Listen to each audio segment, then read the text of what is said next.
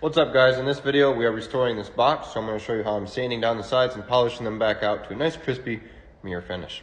So here's a good picture of what we are starting with. As you can see, it's quite pitted and tore up and definitely needs a lot of love.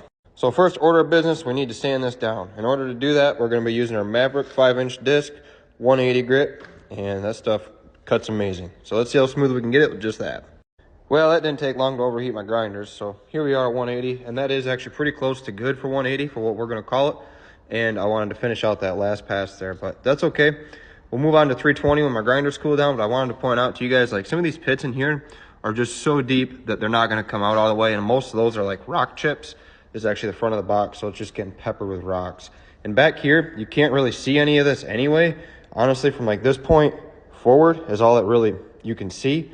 But all this matters just as much. So the moral of the story is, at the end of the day, you're not even going to see these pits in here when we get the box back on the truck.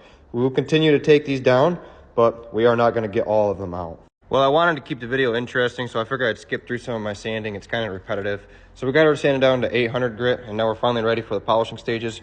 We are going to be using our red and pink airway on a 6,000 RPM with a Q69 bar for this process. We've got it all cut out. We sprayed some Easy Red on there. We're going to let that sit for a minute, and I'll show you how.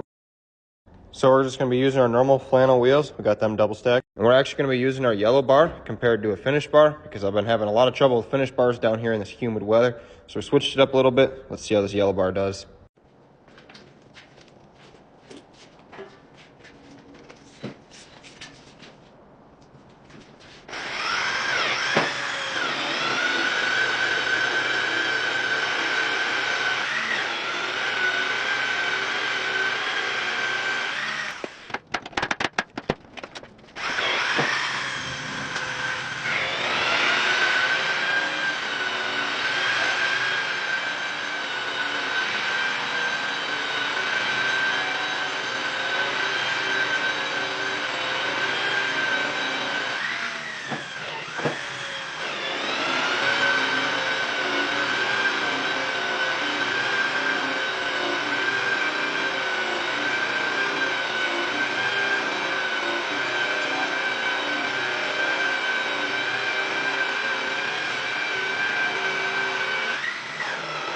Well guys, here's the final product, and I'd say that turned out pretty dang good, especially considering what we were starting with.